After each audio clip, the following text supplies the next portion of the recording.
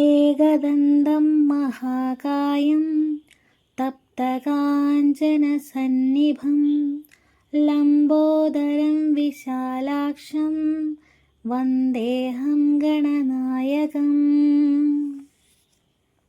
ഇന്ന് നമ്മൾ സന്ദർശിക്കുന്നത് കോട്ടയം ജില്ലയിലെ കുറുപ്പന്തറ ദേശത്ത് സ്ഥിതി ചെയ്യുന്ന മള്ളിയൂർ മഹാഗണപതി ക്ഷേത്രത്തിലേക്കാണ്. ബീജഗണപതിയുടെ വലംബരി രൂപത്തിലുള്ള പ്രതിഷ്ഠയാണ് മള്ളിയൂരിൽ ഉള്ളത്. മള്ളിയൂരിലെ മഹാഗണപതി ക്ഷിപ്രപ്രസാദിയാണ്. വലംബിരിയായ തുമ്പിക്കൈയിൽ മാതള നാരങ്ങയും കൈകളിൽ മഴു, കയർ, കൊമ്പ്, ലഡു എന്നിവയും ഉണ്ട്. അമ്മാടിക്കണ്ണനെ മടിയിലുരുത്തി താലോലിക്കുന്ന ഗണേശരൂപമാണ് ഇവിടെ ഉള്ളത്. വൈഷ്ണവ ഗണപതി സങ്കല്പം എങ്ങനെയുണ്ടായി എന്നതിനെപ്പറ്റി ഭാഗവത ഹംസം മള്ളിയൂർ ശങ്കരൻ നമ്പൂതിരി ഇങ്ങനെ പറയുന്നു. ഗണപതിയുടെ മുൻപിൽ ധ്യാന ശ്ലോകത്തിന് പകരം ഭാഗവതമാണ് ഞാൻ വായിച്ചത്.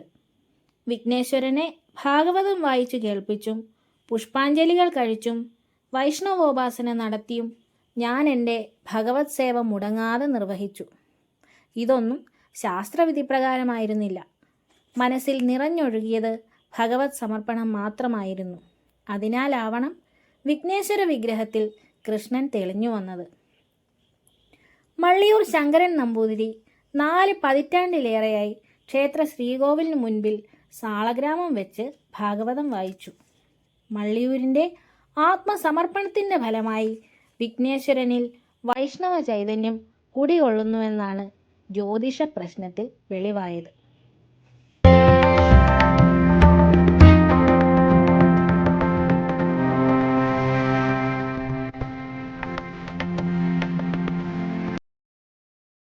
ക്ഷേത്രത്തിലെ കിഴക്കേ ഗോപുരത്തിലൂടെ അകത്ത് കടന്നാൽ ആദ്യം ചെന്നെത്തുന്നത് ആനക്കൊട്ടിലാണ്. പ്രത്യേകം തീർത്ത പീഠത്തിൽ നാളികേരം ഉടയ്ക്കുന്നതിനുള്ള സൗകര്യവും ഒരുക്കിയിട്ടുണ്ട്. തെക്ക് ഭാഗത്തായി ഗണപതി ഹോമത്തിനായി പ്രത്യേക മണ്ഡപവും പണിതിരിക്കുന്നു. ആനക്കൊട്ടിലിനപ്പുറം ഭഗവാന്റെ വാഹനമായ എലിയെ ശിരസിലേറ്റുന്ന സ്വർണ്ണ കൊടിമരം പ്രതിഷ്ഠിച്ചിരിക്കുന്നു. ക്ഷേത്രത്തിൻ്റെ തെക്കുഭാഗത്തായി കിഴക്കോട്ട് ദർശനമായി ശാസ്താവിൻ്റെ പ്രതിഷ്ഠയുണ്ട്. വലതുകൈയിൽ അമൃത കലശം ധരിച്ചു നിൽക്കുന്ന രൂപത്തിലായതിനാൽ ധന്വന്തരീയ ഭാവം കൂടിയ സങ്കല്പമാണ് ശാസ്താവിനിവിടെ. ശാസ്താവിൻ്റെ ശ്രീകോവിലിന് പടിഞ്ഞാറായി ബ്രഹ്മരക്ഷസിൻ്റെ പ്രതിഷ്ഠയും ഇവിടെയുണ്ട്. ഏത് വിശേഷാൽ ചടങ്ങിനും ഈ ബ്രഹ്മരക്ഷസിൻ്റെ അനുമതി വാങ്ങിയേ തുടക്കം കുറിക്കാറുള്ളൂ. വടക്കു ഭാഗത്തായി കിഴക്കോട്ട് ദർശനമായി ദുർഗാദേവിയെ പ്രതിഷ്ഠിച്ചിരിക്കുന്നു. ചതുർബാഹുവായ വിഷ്ണു ദുർഗയാണ് ഇവിടെ പ്രതിഷ്ഠ.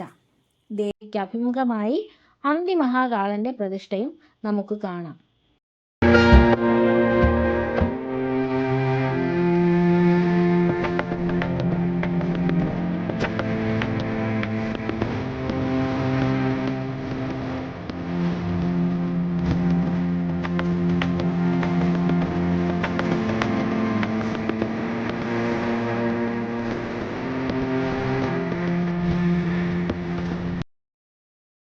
ക്ഷേത്രത്തിൻ്റെ ഒരു ഭാഗത്തായി ചുവർ ചിത്രങ്ങളുടെ മനോഹര കാഴ്ച ഒരുക്കിയിട്ടുണ്ട്.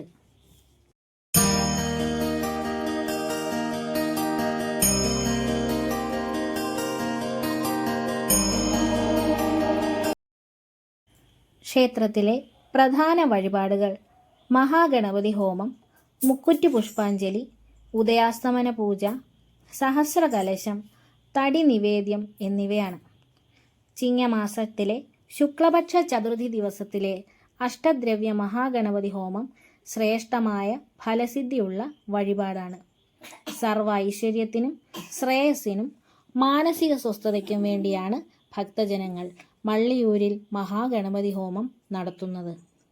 മുക്കുറ്റി പുഷ്പാഞ്ജലി ക്ഷേത്രത്തിലെ വിശേഷ വഴിപാടായി കരുതിപ്പോരുന്നു. വേരോടെ പറിച്ചെടുത്ത 108 ചുവട് മുക്കുറ്റി പ്രത്യേകം തയ്യാറാക്കുന്ന ത്രിമധുരത്തിൽ മുക്കി അർപ്പിക്കുന്നതാണ് ഈ വഴിപാട്. തടി നിവേദ്യം എന്ന പേരിലുള്ള വഴിപാടും വളരെ പ്രസിദ്ധമാണ്. അരിമാവും ശർക്കരയും കദളിപ്പഴവും ചേർത്തുണ്ടാക്കുന്ന ഒരു വിശേഷപ്പെട്ട നിവേദ്യമാണിത്. പലവിധ രോഗങ്ങളിൽ പെട്ടുഴലുന്നവർ ഭഗവാന് സമർപ്പിക്കുന്ന വഴിപാടാണിത്.